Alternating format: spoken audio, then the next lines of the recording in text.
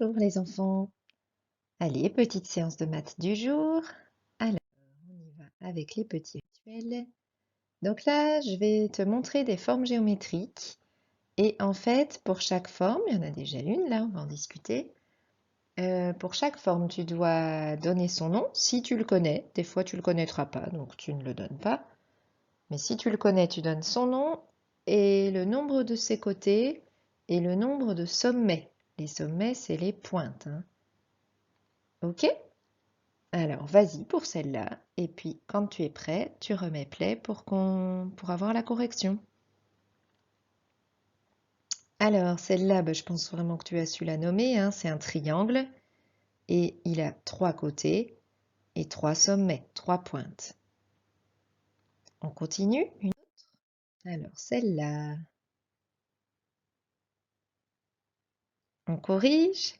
Alors, j'espère que tu as su la nommer. Je suis pas totalement sûre parce que quand on le présente comme ça, des fois vous ne le reconnaissez pas. Mais regarde, si je le fais tourner, tu vois bien que c'est quoi?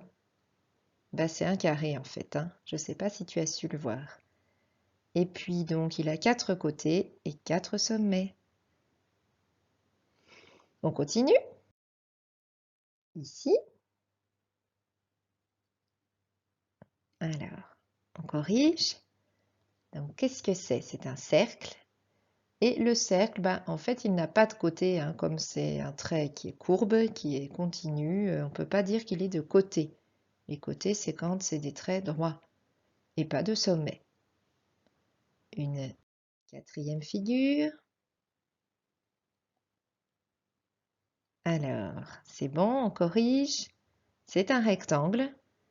Donc le rectangle, il a 4 côtés qui ne sont pas tous de la même longueur, hein. Il y en a 2 plus longs et 2 plus courts. Et il a 4 sommets, comme le carré.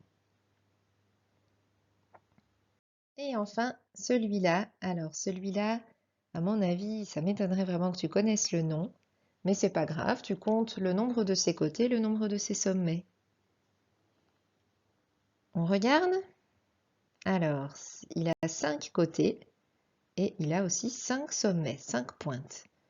On l'appelle un pentagone, mais c'est pas grave si tu ne retiens pas ce nom. Mais bon, ce sera bien si tu l'as déjà entendu, un pentagone. Alors, je continue. Alors, toujours dans les petits rituels, donc là, tu as sur ta fiche, si tu as pu imprimer, ou alors tu peux prendre n'importe quel papier à carreaux, comme ça, une page de cahier, hein, ça va très bien. Donc, l'essentiel, c'est que ce soit un papier quadrillé.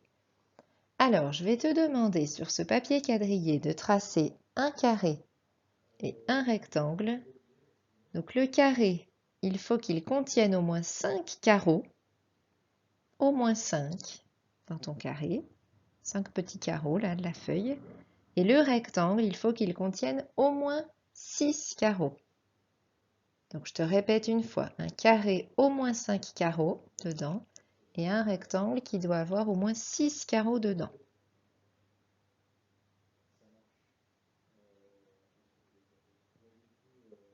Voilà, alors tu mets pause et on regarde ensemble. C'est bon? Alors, bon, le carré, on commence par le carré. Alors, si je fais celui-là, est-ce qu'il a au moins 5 carreaux dedans? Bah non, c'est un carré, il fait qu'un carreau. Donc là, ça ne répond pas du tout à ma consigne. Je vais essayer d'en faire un petit peu plus grand. Hop, si je fais celui-là, peut-être vous avez voulu faire celui-là. Est-ce qu'il a au moins 5 carreaux dedans? Ben non, il n'en a que 4, donc ça ne convient pas. Il faut impérativement que mon carré il soit plus grand que ça, parce que là, il n'en a que 4, moi ça va pas. Si tu as fait ça, c'est pas bon. Alors, là, il y a au moins 5 carreaux, mais c'est pas un carré.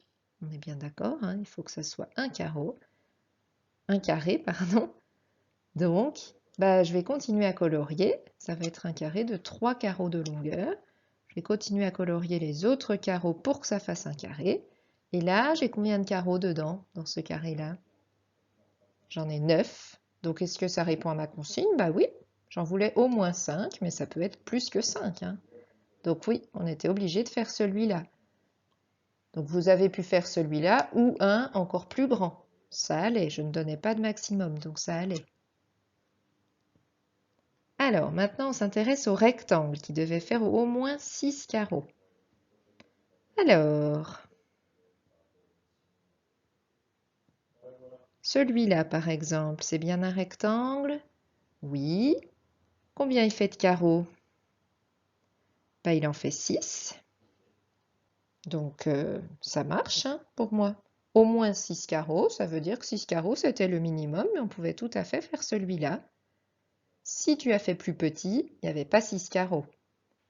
Après, tu as pu le faire dans un format différent, par exemple debout, ou alors tu as pu en faire un plus grand, c'est bon aussi, hein, tant qu'il faisait au moins 6, c'était bon. Allez, on passe au calcul mental. Alors, on va réviser un petit peu les doubles.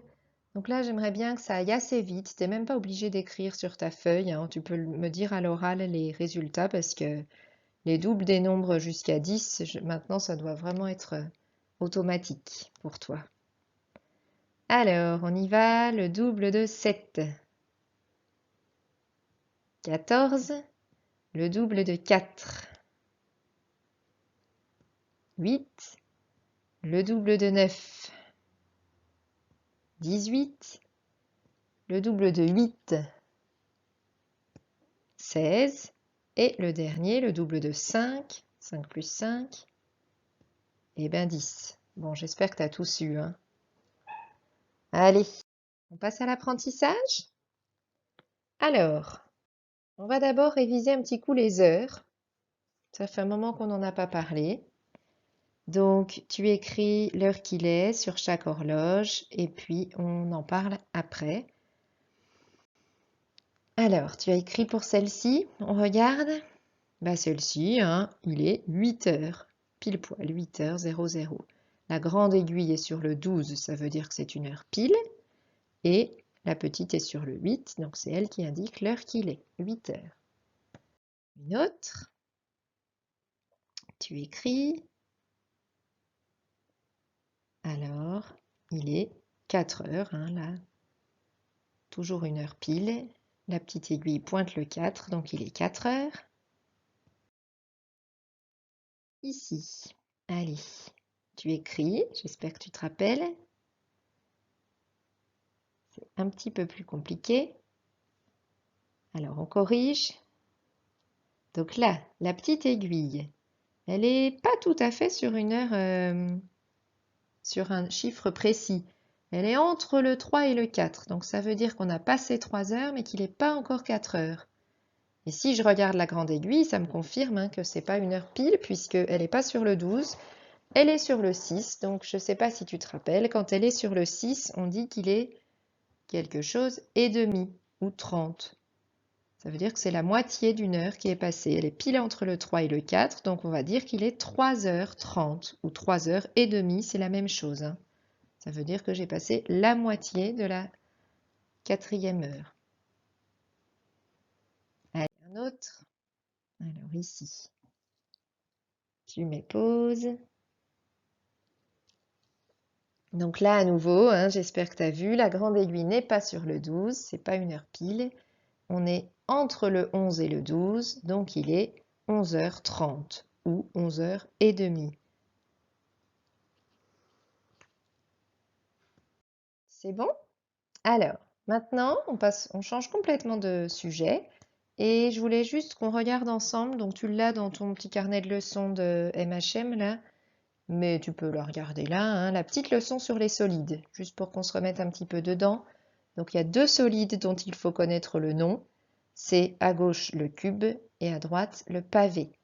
Hein, le cube, il n'a que des faces carrées. Et le pavé, lui, il a des faces qui sont des rectangles. Donc ça, il faut bien que tu connaisses ces 2 noms-là. Et puis, il y a encore 2 autres noms que tu dois connaître. Donc c'est dans un solide, on peut toujours compter les faces et on peut toujours compter les sommets. Les sommets, c'est les petites boules de pâte à modeler, hein, par exemple, dans ce qu'on avait fait la dernière fois. Alors, j'ai pas mis les arêtes, mais tu peux presque le rajouter. Enfin voilà, normalement c'est à connaître aussi, hein, les arêtes. Tu dois commencer à savoir ce que c'est. Les arêtes, c'est les traits, hein, c'est les bâtonnets. Voilà.